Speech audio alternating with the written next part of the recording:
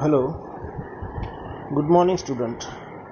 I am Professor Narendra Pandit and today we are looking your compulsory English poem No Men Are Foreign, written by James Kirkup.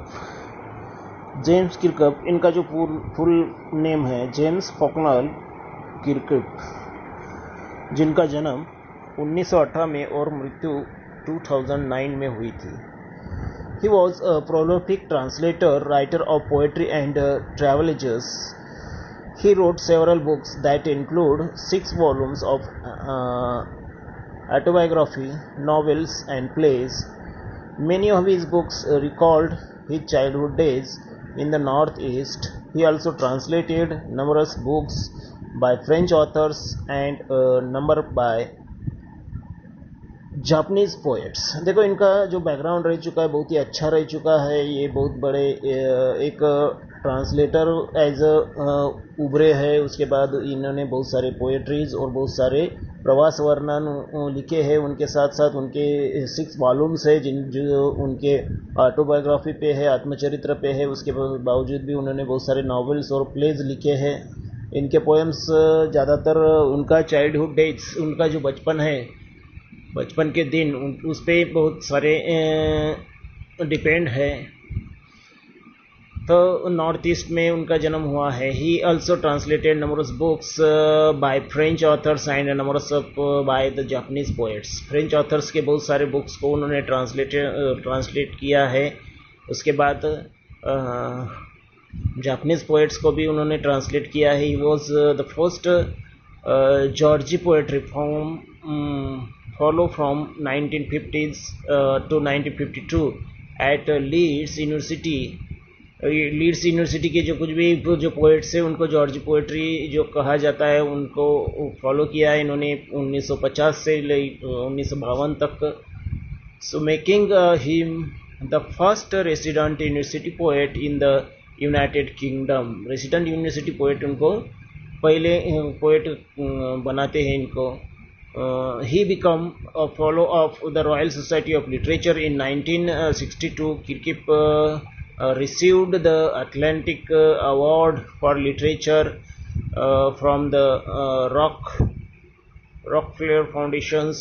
Was elected a fellow of the Royal Society of Literature. Won the Japan PEN Club Prize for Poetry in 1965 and was awarded the Scott Manuscript Prize for Translation in 1992. Kirkup died in Andorra in May 2009. तो आइए देखते हैं उनकी poems के बारे में थोड़ा सा जानते हैं. The following poems argues that all human beings are the same. देखो, ये पोएम्स क्या यहाँ पे चर्चा करती, किस बात की चर्चा करती है कि सब ह्यूमन बींग्स वो क्या है, सरीके है, यानी एक समान है. With the same simple needs and voices, यानी सबकी ज़रूरतें क्या है, सरीकी है. सबका जो कुछ भी बुद्धिमत्ता भी क्या है, सरीकी है. And calls on us to end wars and strife based on artificial divisions. तो और सब लोग समान हैं, तो फिर हम ये वॉर्स क्यों करते हैं. ये वॉर्स हमें क्या करने चाहिए, एक दूसरे के बीच जो लड़ाई है, एक दूसरे कंट्रीज के बीच में जो लड़ाई है, इसको क्या करना है, हमको स्टॉप करना है. और ये जो कुछ भी आर्टिफिशियल डिविजन्स हमने बनाए हैं, यानी कृत्रिम जो कुछ भी बैरियर्स, जो कुछ भी बंधन बनाए हैं, डिविजन्स, सेपरेशंस बनाए हैं, इसको हमको क्या करना है, स्टॉप करना है. ऐसा ये पोएम दर्शाती है. The poems message of peace. ये पोएम्स के शांति का संदेश हमको देती है. Brotherhood one and oneness is an important one is this tremble times. देखो, ये जो टाइम्स है, ये जो वॉर का टाइम है, बहुत ही क्या है, भयानक टाइम है. और इसमें मानवता को अगर जिंदा रखना है तो हमें ये सब कुछ भूल के, ये सब कुछ जो कुछ भी आर्टिफिशियल डिविजन्स है या फिर डिवाइडेशंस है, ये हमें क्या करना है, स्टॉप करना है, रिमूव करना है, वैनिश करना है. और हमको क्या, एक ह्यूमन में एज ए ह्यूमन बीइंग इस प्लेनेट पे हमको क्या करना है, खुद को ग्रो करना है. ये शांति का संदेश ये पोएम्स लाती है. देखते हैं poem line by line, remember no man are strange, no countries are foreign. देखो स्टार्टिंग लाइन में ही हमको ये शांति का मैसेज यानी संदेश हमें पहुंचाती है। Remember no man are strange, no countries are foreign, यानी कोई भी आदमी एक दूसरे से क्या नहीं है, स्ट्रेंज नहीं है। हर आदमी को क्या है, दो आँख है, दो कान है, एक नाक है, दो हाथ है, दो पाँव है, और एक सर में उसके क्या है, ब्रेन है। ये सब कुछ सबका एक सरीका है, यानी कोई किसी से स्ट्रेंज नहीं है, और कंट्री भी क्या नहीं है, फॉरेन नहीं है। कोई भी कंट्री फॉरेन नहीं, एक ही प्लैनेट है अर्थ, और उस पे जो लैंड है उसके ऊपर ये सब कुछ बसे हुए हैं, कोई किसी से अलग नहीं है।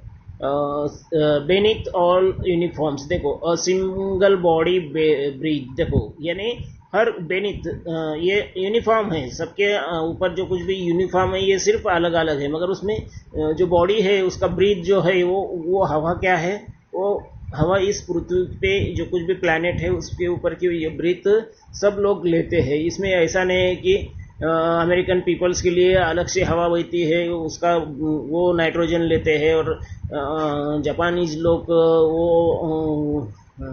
दूसरा कोई गैस या फिर ऑक्सीजन लेते हैं, या फिर Indian peoples they are taking another gases, ऐसा कोई भी नहीं, सबको ऑक्सीजन चाहिए, और वो इस प्लैनेट पे लिए मिलता है। सब बॉडी के एक ही ब्रीथ है, सिंगल ब्रीथ बॉडी ब्रीथ है।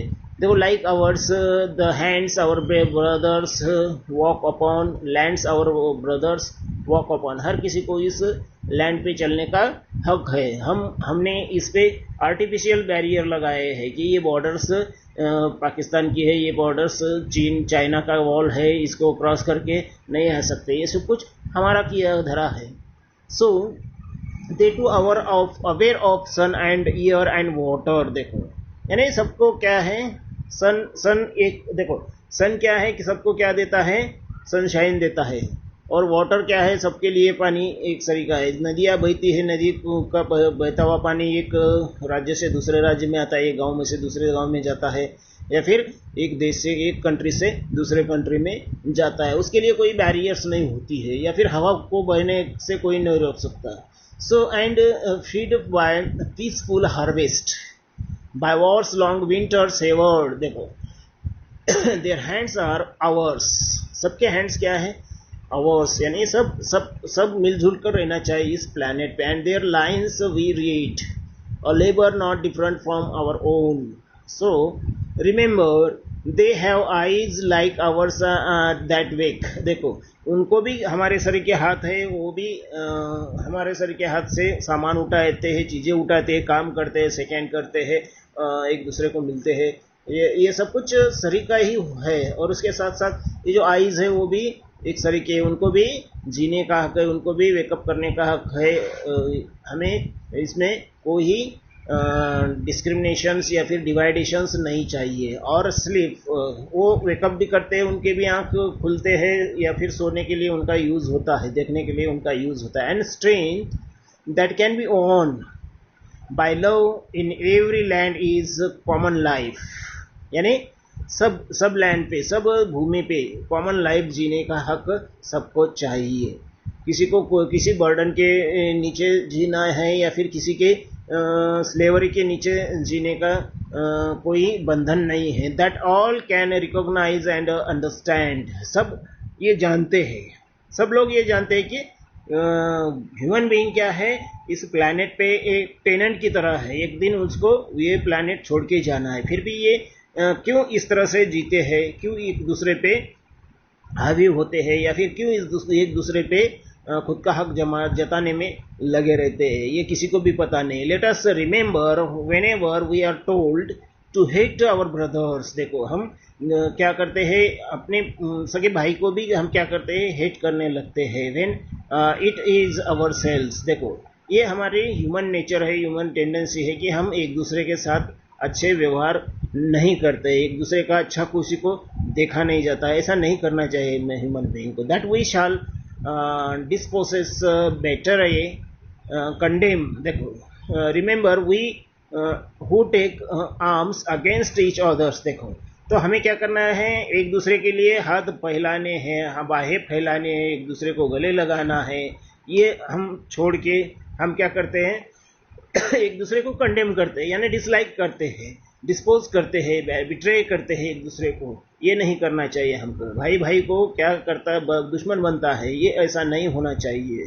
सो it is the human earth that we defile. देखो ये क्या है, ह्यूमन अर्थ है, ह्यूमन बीइंग के लिए, पूरी टोटल अर्थ ह्यूमन बीइंग के लिए बनी हुई है।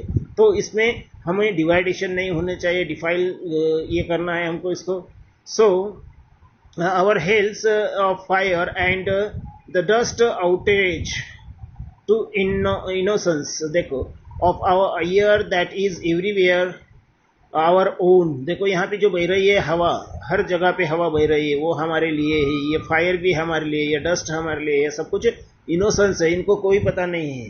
ये हवा को पता नहीं है कि ये दुश्मन का घर है, इसमें जाना नहीं चाहिए, और ये दोस्त का घर है, इसमें जाना चाहिए। ऐसा हवा उसमें क्या नहीं करती, उसमें दूजा भाव नहीं करती। तो फिर हम इंसान क्यों करें इसमें दूजा भाव।